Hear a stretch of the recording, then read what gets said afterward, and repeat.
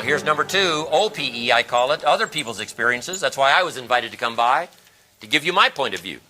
Other people, their experiences sometimes can be so valuable. How valuable is someone else's experience? I'm telling you, it could save you a divorce. Someone else's experience could save you bankruptcy. Someone else's experience could save you a heart attack. Someone else's experience could help you not to waste 5 years. Someone else's experience. To give you a clue, something they've lived through, give you some clues. You don't have to go through it. Or at least if you went through it, and then you'd learn how to survive. Other people's experiences can be so valuable. And that's why the process of learning is so important. To invite people into your life. To invite people to come by or to go where they are. Now there's 2 kinds of people to learn from. Jot this down. Number 1, failures. You got to learn from failure. It's too bad failures don't give seminars. They would be valuable. The problem is we don't want to pay them.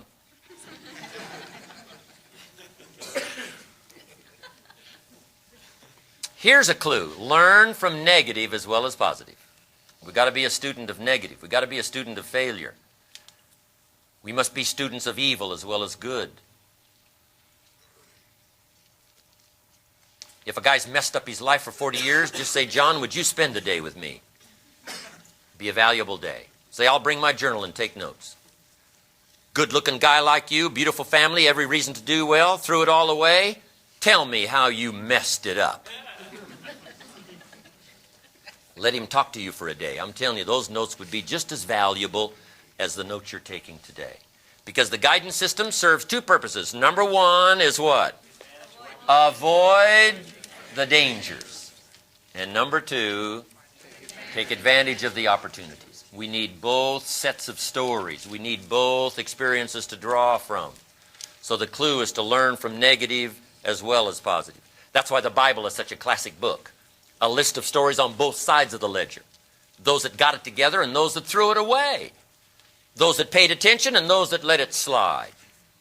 Those that bought up their opportunities and those that sold it out. I'm telling you, what a collection of stories on 2 sides. One called examples, the other one called warnings. Good sets of stories, warnings and examples. And if your story ever gets in one of those books, make sure they use it as an example, not a warning. So learn from negative as well as positive. In leadership we teach, find out what poor people read and don't read it. I mean, this stuff is not difficult to figure out. Find out how they talk and what? Don't talk like that. Find out, right? Their blame list and what? Tear it up and throw it away. It's not serving them well. So learn from negative as well as positive. But now here's the other side. Learn from positive. People that have got it together.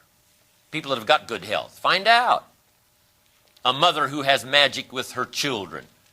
Wouldn't you want to know? You say, Mary, meet me tomorrow morning for breakfast. Neat little cafe, you won't believe the service. I'll pick up the tab. So you meet Mary for breakfast and you say, Mary, I got to know, where'd you get this magic with your children? Mary says, well, to be honest with you, up until 3 years ago, my kids were out of control. And then I read this book and I went to this class and they taught me a little 1, 2, 3, 4. And I've been practicing that now for the last 3 years. That's how come I got this magic with my children. Would that be a valuable breakfast? Would you pick up the tab? Of course. Information is always available at such a small cost. How much is a book that could save your life? Right? How much is a conversation that would just take a little time, take a little effort? Okay? From the positive side. Now, there's 3 ways to learn on the positive side. Jot this down. Number 1 is to observe. We learn from what we see. We put some of it on video so you can see it. Send it by satellite so you can see it. We ask you to come, not just to listen, but we ask you to come and see what's happening. Come and see people in action. Come and see people who've got the job done. Come and see. So, be a good observer. Here's one of the best universities available, the University of Life. So keep your eyes open all day and learn. Some people have got it together. Some people are letting it slide. Learn from that every day by what you see. Be a careful observer. Here's a good watchword between now and the 21st century. Pay attention. Watch what's happening. Don't be casual now about gathering information that can be useful to your life. Casualness leads to casualties, whether it's on the highway, the freeway, or whether it's in life. You can't be casual with your health. You won't be happy with the results. You can't be casual with a marriage. You won't be happy with the outcome. You can't be casual with a friendship. You won't like the disastrous consequences 5 years from now, 10 years from now. Come on. We must all pay attention, especially the next 5 years, getting ready for the turn, new millennium, new century, new chance, new opportunity, chance to write some new pages on a new century, in a new millennium. Couldn't have a better span of time. The next 5 years. Pay attention. The next way to learn from others, of course, is to listen. We sometimes put it on cassette so you can listen. Somebody whisper in your ear over and over again. Turn your car into a mobile classroom. Do your share of listening. Listen better to the sermon on Sunday morning. Listen to the lyrics of the song. Sometimes the songwriters are the current poets of the day. One rock and roll song says, "We're working on the mysteries without any clues." How well said of a generation. Listen to the lyrics. Listen to the dialogue in the movie. Don't just be caught up by the story. Do your share of listening. Part of the opportunity to learn is to listen well. Now, here's my last part on listening. Be a selective listener. Don't saturate your mind, consciousness, with a lot of stuff that doesn't count much. Be a selective listener. It's like tuning in the radio. You got to tune out the static, tune out the silly, tune out the shallow, right? Tune out the mundane, the stuff that isn't going to count much for your health and your life and your future, for your family and your fortune. Just shut out a lot of that stuff and tune in to voices of value. That's the key, searching for voices of value. That's what we're all about, bringing a collection of voices of value that have got something to say based on wide-ranging reputation and experience.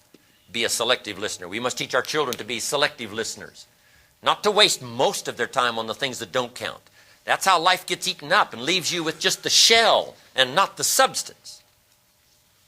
Okay. Now, number 3 was important. Shove taught me read all the books. He got me started on my library when I was 25. I've now got one of the better libraries. If you saw my library today, you would be impressed. You would probably say, no wonder Mr. Rohn was invited to come, talk to us one more time. Look at this library. No wonder he's invited to speak around the world. Look at this library. No wonder he's healthy. Look at this library. No wonder he's got something to say. Look at this library. I'm asking you to have the same reputation. No wonder this family's healthy. Look at this library. No wonder this father's got it together.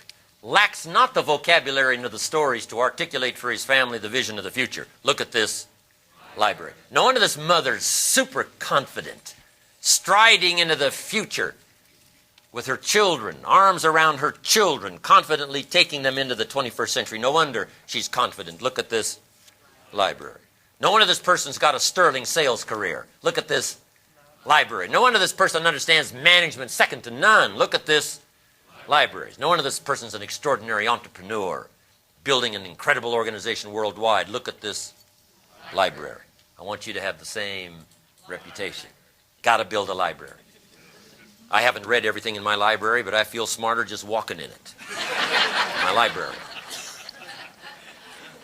I was smart enough to buy it all. Now I got to be smart enough to read it all. Then I got to be smart enough to sort through it all and decide which of it is valuable enough to bet my money and my time. I want you to have that same procedure. Gather knowledge. Don't be lazy in learning. It's too important to your future. Don't be lazy in gathering information. That's why I appreciate you coming here. Appreciate you spending this much time. Appreciate you taking notes one more time. Some of you have already taken enough notes to last for a lifetime. You've been through seminars for many years of your life, but you're here one more time. And if someone else was speaking, I would be in the audience. Guess what I would be doing? Taking notes one more time. I'm telling you, never cease your quest for knowledge. Never cease your quest for learning, because the next idea may multiply the value of your life by 2, by 3, by 5, by 10. A lot of the fortunes of the world were built After the people became 50 and 60, why? Suddenly, from a vast now amount of experience comes that next idea. And no matter how much you never know when the last little piece is going to multiply it by so many times. It's unbelievable. We in the Millionaires Club invite a billionaire once in a while. Come talk to us. And he says, well, you guys are doing okay, but come on, get your act together. No telling what else you could do with the rest of your life. So, always be eager to learn. Always be eager to gather up that next bit of information that can explode your life into all kinds of equities and values. Read the books. Now, Shoaff recommended 3. Let me give you those. He recommended more, but these were the 3 that got me started. One was the Bible. My parents made sure I was a pretty good scholar by the time I was 18, 19. The Bible, what a collection of stories, what a collection of vision, what a collection of poetry and history, what a collection of nuances, ways to say it unmatched by any other collection of documents that I know of. The Bible. Number 2 was a book called Think and Grow Rich. Think and Grow Rich. Shoaff said to me, Mr. Rohn, doesn't that title intrigue you? I said, yes, sir. He said, wouldn't you have to get that book? I said, yes, sir. So I went searching for it. Guess where I found it? In a used bookstore. I paid less than 50 cents for it. I've still got the copy. Found out later it was a rare hardback cover. Think and Grow Rich by Napoleon Hill. Napoleon Hill. What an extraordinary little book. Helped change my life. Think and Grow Rich. Now, it's got a few weird things in it. Napoleon was from California, I think. But you can separate out the weird stuff, okay? Unless you're weird, just do the weird stuff. No, not really. There's so much value in this book, you know, and whatever. Make your own search and your own evaluation. But this book greatly affected my life. Now, another book that helped me become a millionaire by 31. Here's the title. If you're ready, say I'm ready. Ready. The title is called The Richest Man. The Richest Man in Babylon. Until my new book comes out, I use this book as a textbook, teaching kids wealth by 40, 35 if you're extra bright, much sooner if you find a unique opportunity. The Richest Man in Babylon by George Clason, C-L-A-S-O-N. This book massively affected my life. Jot this down now under the title, Richest Man in Babylon by George Clason. Number 1, this little book is easy to find. Easy to find. The average bookstore's got it. If they haven't got it, they can get it for you. It's easy to find. Here's number 2. It's easy to buy. The most you can pay for it is $12, $15. You can borrow that from your kids. $12, $15.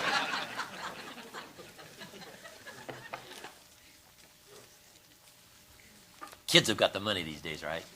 Whoa. Number 3. You've already guessed number 3. It's easy to read. It's in story form. That's why I use it for kids. It's in story form. You can read it.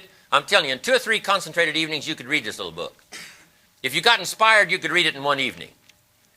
Lord, I would hope some out of this audience would get inspired, read this little book in one evening. You'll never be the same. You may come back to thank me years to come. Now here's number 4. It's easy not to look for this little book. And that's the heartbeat of my whole presentation so far.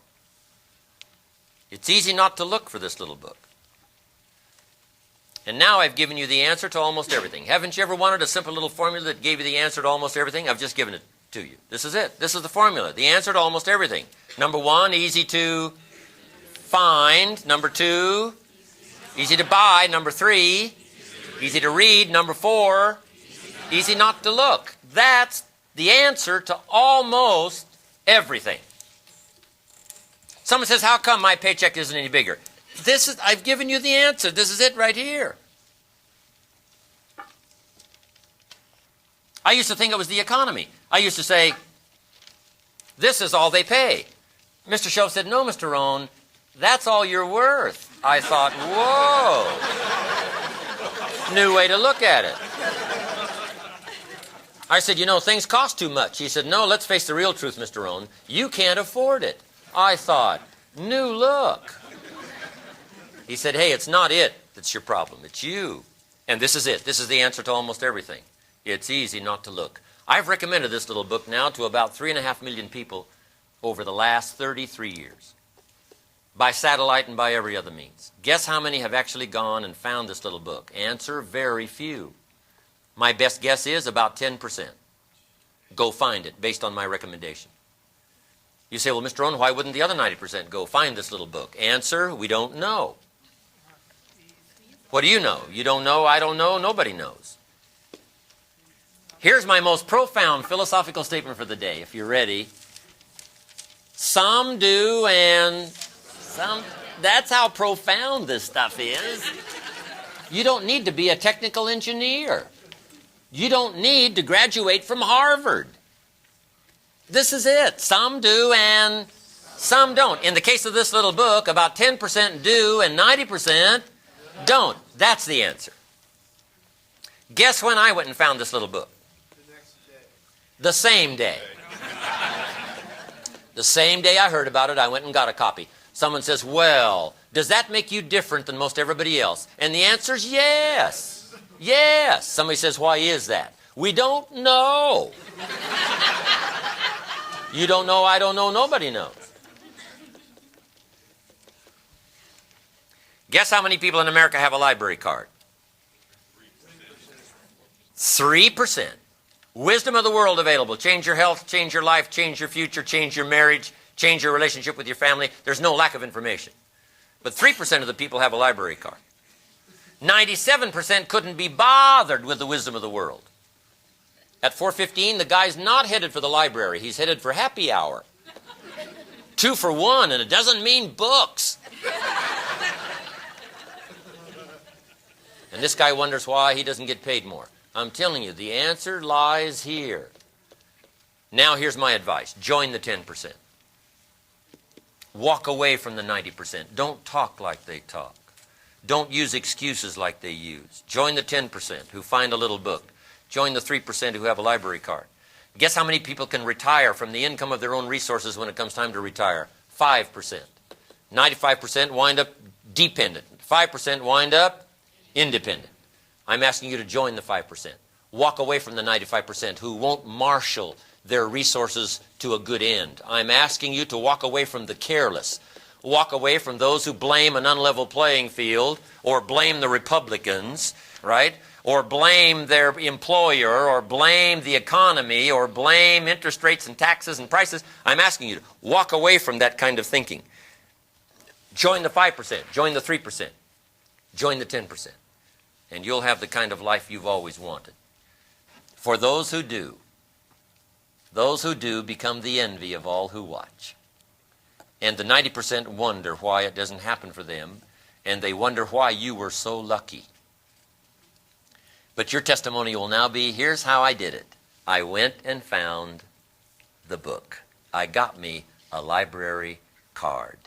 I put my finances together so that I became financially independent. I joined the 5%. I'm asking you to do that. You must take on responsibility for your own education. Now, those first few years of our life, right, we were forced to. Through high school, you got to go to school. Someone says, well, I've finished school. Well, it's okay to finish school, but here's the clue. Zig Ziglar said it well. Don't finish your education. Education is a lifetime matter. Education goes on and on. The next clue can double the resources of the values of your life. Never cease your quest for knowledge. Become self-educated. That's the clue. It's like motivation. You've got to be mostly self-motivated. Life reserves all of its treasures for the self-motivated. Somebody says, boy, if somebody just come by and turned me on, what if they don't show up? I mean, you got to have a better plan for your life. Self-motivation. Now, here's the last clue, self-education. Formal education gets you a job. Self-education gets you rich. Formal education make you a living. Self-education make you a fortune. So I'm asking you to do like you're doing today. Never cease your quest for knowledge. Develop a thirst for ideas that can be life-changing, and then pass it along to your children. What's been so exciting for me, ever since I learned this stuff, I also learned ways to pass it along. At first, I passed it along to my employees. I passed it along to the people who worked for me, and some of the people that I knew in my neighborhood. But then, when I was invited to step outside my little comfortable environment of my corporate world and step out to the public like I'm doing today and share it with an audience outside, that's when my life took on a whole new dimension. And there isn't anybody here who can't share. Recommend a book. Quote someone a poem. Give someone a dialogue from a movie that causes someone to think. Quote the lyrics from a song.